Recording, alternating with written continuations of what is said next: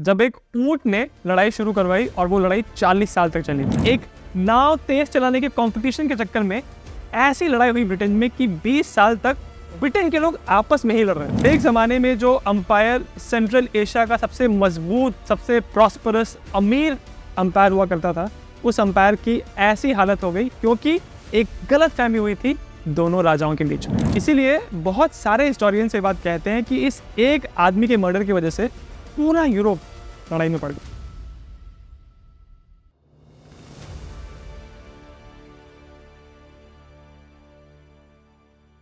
एक वॉर शुरू होने के चाहे बहुत सारे अलग अलग रीजंस हों, बट उनमें कुछ कॉमन थीम्स होती हैं, कुछ कॉमन बातें होती हैं।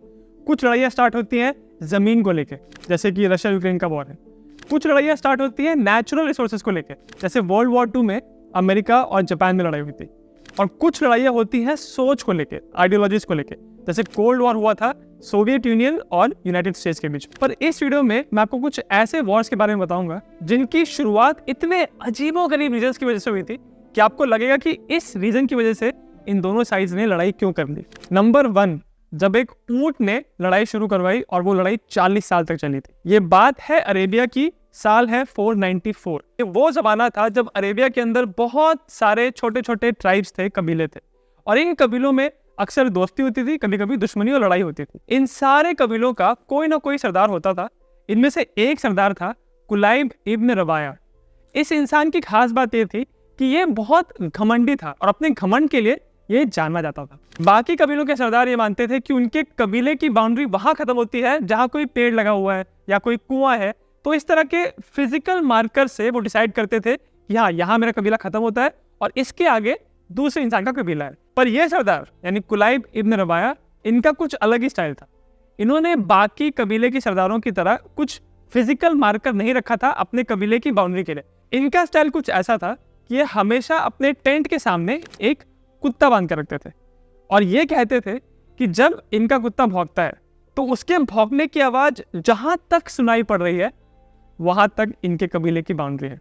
तो इसका मतलब ये हुआ कि अगर इस कुत्ते ने भौंका और आपको इसके भौंकने की आवाज सुनाई पड़ रही है, इसका मतलब आप समझ लीजिए कि आप रबाया के कबीले की बाउंड्री के अंदर। इस कबीले के सरदार की एक बेगम थी जिनका नाम था जलाइला बिन्त मुरा, और ये बक्र नाम के कबीले से आती थी। अब बक्र कबीला और रबाया का जो कबीला था जिसका नाम था तगलिब, इन दोनों कबीलों में कभी दोस्ती होती थी, कभी दुश्मनी, और अक्सर कंपटीशन की भावना रहती थी। तो एक दिन रबाया ने अपनी बेगम से पूछा कि आप मुझे बताओ कि आपने मेरे से ज्यादा घमंड या गौरव वाला इंसान कोई देखा है। इसके जवाब में उनकी बेगम ने कहा कि हाँ, मेरा भाई बासस आपसे भी ज्यादा गौरव रखता है। अब ऑब्वियसली ये बात रबाया को पसंद नहीं आई और उनके मन में ये बात रह गई कि ये कह रही है कि मेरे से ज्यादा गौरव इसके भाई का है। पर जो भी हो, इस घटना के कुछ टाइम के बाद इनकी बेगम के कुछ रिश्तेदार, जिनमें उनकी एक आंटी थी और थे उनके भाई बासस, ये इनकी बेगम से मिलने के लिए आए। और यहाँ पे जो उनकी आंटी थी, उनका एक ऊंट था और ये ऊंट चला गया ऐसी जगह पे घास चरने के लिए जो जगह रबाया की थी। अब रबाया ने देखा कि उनकी घास चरने की जगह पे दूसरे किसी का ऊंट वहाँ पे घास चर रहा है, तो इस चीज से गुस्सा होकर रबाया ने अपना तीर निकाला और तीर चला दिया और ऊंट वहाँ पे मर गया। अब ये बात जब आंट को पता चली तो उनको लगा ये तो बहुत बड़ी बेइज्जती की बात है, इन्होंने हमको यहाँ मिलने के लिए बुलाया और हमारे ऊंट को उन्होंने मार दिया, हमारा चहीता ऊंट था वो। और इसके वजह से उन्होंने अपने बासिस को कहा कि तुम कैसे इतनी बेइज्जती बर्दाश्त कर सकते हो, और बासिस ने एक भाला लेके रबाया को मार दिया। तो रबाया भी मरा नहीं था, बहुत बुरी हालत में था, बट उसी बुरी हालत में उन्होंने अपने खून से एक चट्टान पे लिख दिया कि मुझे इसने मारा है और हमारे कबीले को इस बक्र कबीले से बदला लेना है। और इसके वजह से, इस घटना की वजह से इन दोनों कबीलों में एक जंग छिड़ गई और ये जंग चली थी 40 साल तक। इस जंग को द बासिस वॉर भी कहते हैं। ये लड़ाई चली थी 494 AD से लेके 534 AD तक और दोनों कबीलों का इसमें सर्वनाश हुआ। नंबर 2, जब एक नाव के रेसिंग के कंपटीशन ने लड़ाई करवा दी। ये बात है ब्रिटेन की, साल है 1120। इस जमाने में ब्रिटेन के राजा थे किंग हेनरी द फर्स्ट और इनका सिर्फ एक बेटा था जिसका नाम था विलियम द एथलिंग। अब विलियम कहने के लिए तो युवराज था, यानी गद्दी का वारिस था, बट इसके बारे में सब ये बात जानते थे कि ये बहुत बिगड़ा हुआ लड़का है और हाथ से पूरी तरह गया हुआ है। तो एक बार क्या हुआ, साल 1120 में किंग हेनरी द फर्स्ट और उनके कुछ मंत्रियों ने प्लान बनाया कि हम जाके फ्रांस में एक डिप्लोमेटिक मिशन पे फ्रांस के लोगों से मिल के आएंगे। और उन्होंने प्लान किया कि ब्रिटेन और फ्रांस के बीच में जो इंग्लिश चैनल है उसको क्रॉस करेंगे हम रात के टाइम पे, तो इन्होंने सारी अपनी बोट्स तैयार कर ली और किंग हेनरी द फर्स्ट अपनी बोट में बैठ के निकल गए फ्रांस की तरफ। अब ये जो पूरा ग्रुप ब्रिटेन से फ्रांस जा रहा था उसमें एक किंग था और उसका बेटा विलियम भी था और इन लोगों को साथ में ही निकलना था। बट अब विलियम एक बिगड़ैल लड़का था तो उसने अपने पिता को पहले आगे जाने दिया और वो पीछे रुक गया ब्रिटेन में और उसने बहुत दारू पी ली। अब दारू पीने के बाद उसने क्या कहा कि जो पूरे ब्रिटेन की सबसे फास्ट शिप है हम उसमें जाएंगे। इस शिप का नाम था द वाइट शिप। अब विलियम इस शिप के कैप्टन के पास गया और कहा कि हम निकल तो रहे हैं अपने पिता से पीछे बट हमको अपने पिता से पहले फ्रांस पहुंचना है, इतनी तेज चलाओ। तो कैप्टन ने भी दारू पी हुई थी, पूरे क्रू ने दारू पी हुई थी। उन्होंने कहा ठीक है और वो रात के अंधेरे में निकल पड़े और पहले तो बहुत तेजी से वो चले बट आगे जाके अंधेरा था और रात में उनको दिखाई नहीं पड़ा कि पानी में एक पत्थर थोड़ा सा बाहर निकला हुआ है। पत्थर से वो टकराए और वो नाव डूबी। सारे के सारे 300 लोग मारे गए, उसी में विलियम भी था। अब जब किंग हेनरी द फर्स्ट को बताया गया कि भाई आपका जो पुत्र है जो गद्दी पे बैठने वाला था आपके बाद वो तो मर गया, तो यहाँ किंग हेनरी परेशान हो गए क्योंकि उनके पास कोई और बेटा नहीं था और इस घटना के बाद वो कोई बेटा पैदा कर भी नहीं पाए। तो उन्होंने कहा कि अब गद्दी पे बैठाएंगे अपनी बेटी मटिल्डा को। बट प्रॉब्लम ये थी कि जब किंग हेनरी द फर्स्ट मरे और मटिल्डा गद्दी पे बैठने गई तो किंग हेनरी द फर्स्ट के जो नेफ्यू थे उन्होंने कहा कि नहीं, लड़की गद्दी पे नहीं बैठ सकती, गद्दी पे मैं बैठूंगा। इस बंदे का नाम था स्टीफन ऑफ ब्लॉइस और इसने जबरदस्ती गद्दी अपने हाथ में ले ली और इसके बाद स्टीफन और मटिल्डा के बीच में एक सिविल वॉर स्टार्ट हो गया जो कि 20 साल तक चला था। तो ये जो 20 साल की जो लड़ाई थी इसको ब्रिटेन में द एनर्की कहते हैं क्योंकि लगातार ब्रिटेन के लोग आपस में ही लड़ रहे थे, सिविल वॉर चल रहा था। फाइनली फिर 20 साल के बाद ये लड़ाई तब खत्म हुई जब मटिल्डा का एक बेटा पैदा हुआ और स्टीफन ऑफ ब्लॉइस ने कहा कि चलो ठीक है इसको अब राजा बना देते हैं और फिर ये जो राजा बना इसका नाम था हेनरी द सेकेंड। तो इस तरह से एक नाव तेज चलाने के कंपटीशन के चक्कर में ऐसी लड़ाई हुई ब्रिटेन में कि 20 साल तक ब्रिटेन के लोग आपस में ही लड़ रहे थे। नंबर 3, जब एक राजा ने एक गलत आदमी के साथ पंगा ले लिया। ये बात है साल 1218 की। उस जमाने में मंगोल अंपायर हुआ करता था और इस अंपायर का जो राजा था उसका नाम आपने जरूर सुना होगा, चंगेज खान।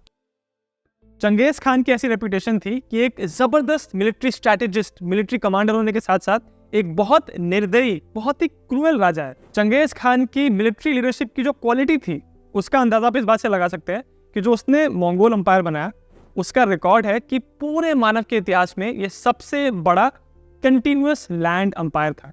इससे बड़ा लैंड अंपायर आज तक हुआ ही नहीं। अब इस अंपायर का जो राजा है, क्या आप उस इंसान से पंगा लोगे? क्या नहीं लोगे। पर एक आदमी ऐसा था, एक दूसरे साम्राज्य का राजा, जिसने चंगेज खान से पंगा लिया और फिर उसकी कीमत चुकाई। मंगोल अंपायर दुनिया के मैप के ईस्ट के हिस्से में था, पूर्वी हिस्से में। इसके दूसरी साइड सेंट्रल एशिया में एक और बहुत बड़ा अंपायर था, इसका नाम था ख्वारिज़मियन अंपायर और इस अंपायर का राजा था मोहम्मद द सेकेंड। तो एक बार ऐसा हुआ, साल 1218 की बात है ये, जब चंगेज खान ने अपने कुछ मंत्री, कुछ व्यापारी और कुछ संदेशवाहकों को इकट्ठा किया और उनके साथ बहुत सारा सामान उनको दिया और कहा कि तुम जाके ख्वारिज़मियन अंपायर के राजा मोहम्मद द सेकेंड से मिलो और उनको सामान दो और उनसे कहो कि हम आपके अंपायर के साथ लेन देन करना चाहते हैं, एक ट्रेड रिलेशनशिप बनाना चाहते हैं। तो ये जो ग्रुप था, जब ये ख्वारिज़मियन अंपायर की बाउंड्री पे पहुंचा और मोहम्मद द सेकेंड को बताया गया कि ये लोग आ रहे हैं मंगोल अंपायर से, तो उसने कहा कि मुझे चंगेज खान पे भरोसा नहीं है, ये बहुत ही खतरनाक, बहुत घातक राजा है, मैं इसके इन संदेशवाहकों को, इन व्यापारियों को अंदर आने नहीं दूंगा। तो उसने अपने गवर्नर्स को ऑर्डर दिया कि तुम उनको वहीं पे अरेस्ट कर लो। अब ये बात जब चंगेज खान को बताई गई तो उस समय वो चाइना के इन्वेजन पे था, एक मिलिट्री कैंपेन में था।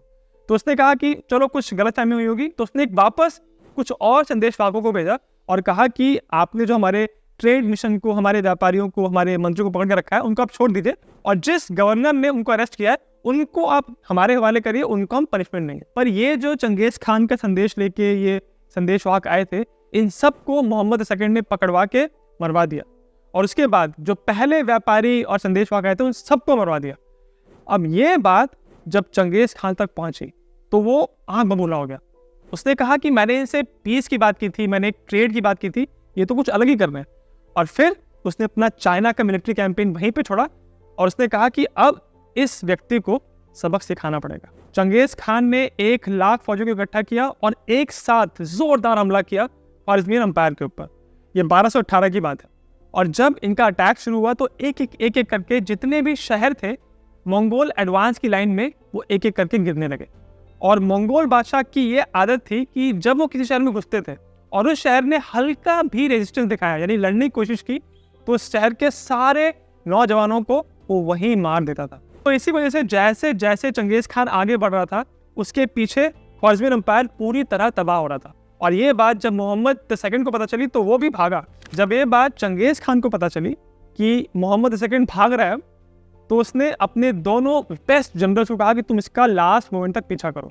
और मोहम्मद II भागता रहा और अल्टीमेटली भागते भागते ही उस एम्परर की मौत हो गई। तो एक ज़माने में जो अंपायर सेंट्रल एशिया का सबसे मजबूत, सबसे प्रॉस्परस, अमीर अंपायर हुआ करता था, उस अंपायर की ऐसी हालत हो गई क्योंकि एक गलत फहमी हुई थी दोनों राजाओं के बीच में। नंबर 4, जब एक राजा ने बाइबल की बेइज्जती की। एक कहानी है 1532 की। इस ज़माने में साउथ अमेरिका का जो कॉन्टिनेंट है, उसके एक बहुत बड़े हिस्से पे इनकन अंपायर का राज था और इस अंपायर के राजा थे आटाहुअल्पा। ये वो जमाना था जब यूरोप के बहुत सारे कंट्रीज, स्पेशली स्पेन, फ्रांस और ब्रिटेन, आसपास के देशों पे जाके, दुनिया भर के देशों में जाके हमला करके उन देशों को अपने कंट्रोल में कर रहे थे, कॉलोनाइज कर रहे थे। इसी समय के दौरान एक स्पेनिश एक्सप्लोरर जिसका नाम था फ्रांसिस्को पिज़ारो, वो पेरू के पास पहुंचा। अब ये कहने के लिए अपने साथ सिर्फ 200 फौजियों को लेकर आया था, बट इनके पास बहुत एडवांस हथियार थे उस जमाने के लिए। यानी कि इनके पास स्टील के हथियार थे, इनके पास आर्मर था और इनके पास कुछ छोटी तोपें भी थी। और इसीलिए पेरू में लैंड करने के बाद बहुत जल्दी उन्होंने उस एरिया को, छोटे से एरिया को, अपनी कॉलोनी बना लिया और धीरे धीरे करके ये अपने आसपास के एरियाज पे भी हमला करके उनको कॉलोनाइज करने लगे। तो एक बार ऐसा हुआ कि पिज़ारो अपने कुछ फौजियों के साथ कहीं जा रहा था, तो इसकी मुलाकात हुई आताहुअल्पा के एक मंत्री के साथ। अब ये जो मंत्री था ये इनकन अंपायर का था और इसने कभी भी इस तरह की वेशभूषा, इस तरह के हथियार देखे नहीं थे, तो उसको लगा ये लोग कुछ अलग दिख रहे हैं।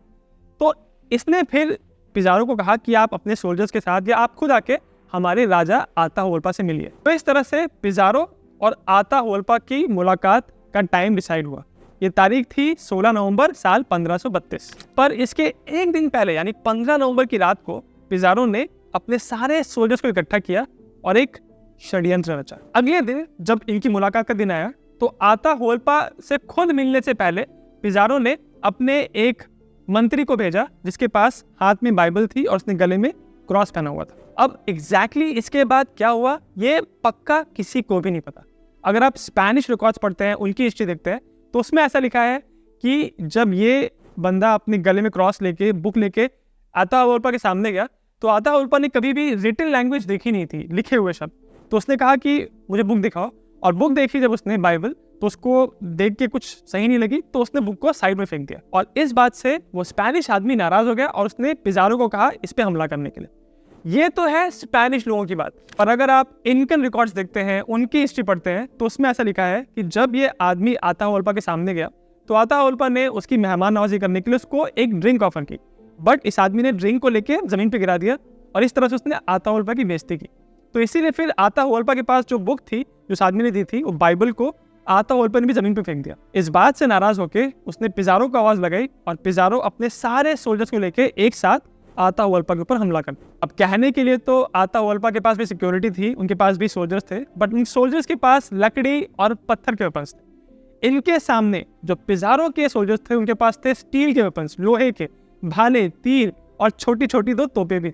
तो बहुत आसानी से उन्होंने आताहुअल्पा के सोल्जर्स को खत्म कर दिया और आताहुअल्पा को कैप्चर कर लिया। अब आताहुअल्पा ने कहा कि अगर तुम मुझे छोड़ देते हो तो मैं तुमको एक पूरा कमरा भर के सोना दूंगा और उसके बाद उस कमरे की डबल हाइट भर के चांदी दूंगा। पिज़ारो को ये ऑफर अच्छा लगा, उसने कहा ठीक है, तुम इतना संपत्ति, इतना सोना यहाँ पे लेके आओ, हम तुमको छोड़ देंगे।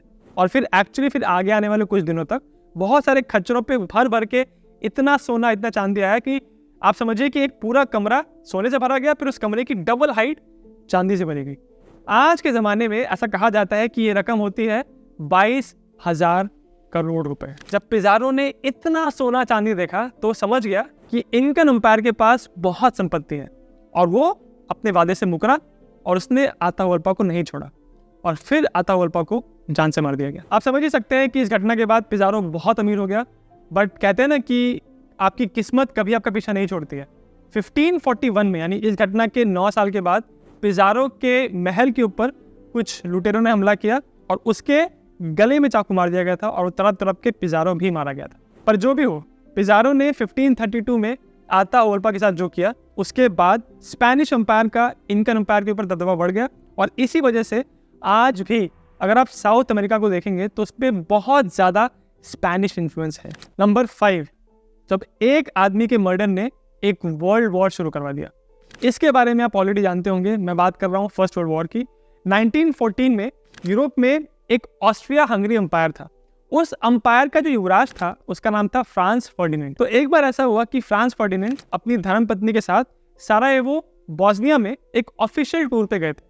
जब फ्रांस फर्डिनेंड की जो गाड़ियों का जत्था था, जब वो सड़क से गुजर रहा था, तो कुछ लोगों ने उनकी गाड़ी के ऊपर बॉम्ब फेंका, पर ये बॉम्ब फ्रांस फर्डिनेंड को लगा नहीं।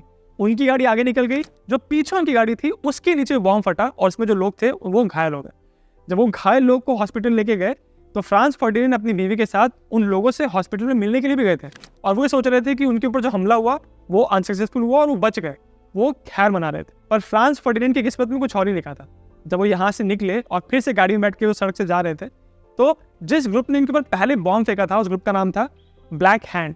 उस ग्रुप का एक मेंबर था गवीरियो प्रिंसिप। जब प्रिंसिप ने देखा कि फ्रांस फर्डिनेंड की गाड़ी बिल्कुल सामने आकर रुक गई है, तो प्रिंसिप ने उसको और उसकी बीवी दोनों को मार दिया। फ्रांस फर्डिनेंड के मर्डर का, उनके असैसिनेशन का यूरोप में एक बहुत ही स्ट्रॉन्ग रिएक्शन आया, क्योंकि Franz Ferdinand Austria Hungary empire के युवराज थे। तो ऑस्ट्रिया हंगरी एम्पायर ने सर्बिया पे हमला करने का डिसाइड किया। सर्बिया का साथ दे रहा था रशियन एम्पायर। तो रशियन एम्पायर की फिर लड़ाई हुई जर्मनी के साथ, फिर जर्मनी की लड़ाई हुई फ्रांस के साथ, फिर जर्मनी की लड़ाई हुई ब्रिटेन के साथ। इस तरह से एक एक करके यूरोप के सारे देश वॉर पे पड़ गए। और ये सब शुरू इसलिए हुआ क्योंकि 1914 में गवीरियो प्रिंसिप ने फ्रांस फर्डिनेंड को गोली मार दी थी। इसीलिए बहुत सारे हिस्टोरियंस ये बात कहते हैं कि इस एक आदमी के मर्डर की वजह से पूरा यूरोप लड़ाई में पड़ गया। तो ये कुछ 5 ऐसी लड़ाइयाँ थी जिनकी शुरुआत बहुत ही अजीब या आप कह सकते हैं छोटे रीजन की वजह से हुई थी, बट ये एक तरीका है इस पूरी सिचुएशन को देखने का।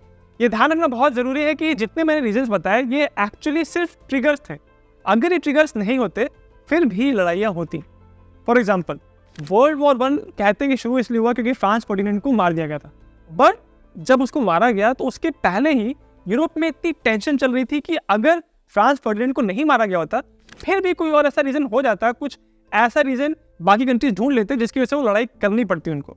सिमिलरली जो पहली मैंने कहानी सुनाई जिसमें एक ऊंट की वजह से लड़ाई हुई थी, अगर वो ऊंट को नहीं भी मारते फिर भी उन दोनों कबीलों में ऐसी टेंशन रहती थी, ऐसा कंपटीशन की भावना थी कि उनमें लड़ाई हो ही जाती। और ये तो मैंने सिर्फ 5 लड़ाइयों के बारे में बात की। ऐसी और बहुत सारी लड़ाइयाँ हुई हैं पूरी दुनिया भर में जिनकी शुरुआत अगर आप देखेंगे तो आपको लगेगा कि इस रीजन की वजह से क्यों इन्होंने लड़ाई।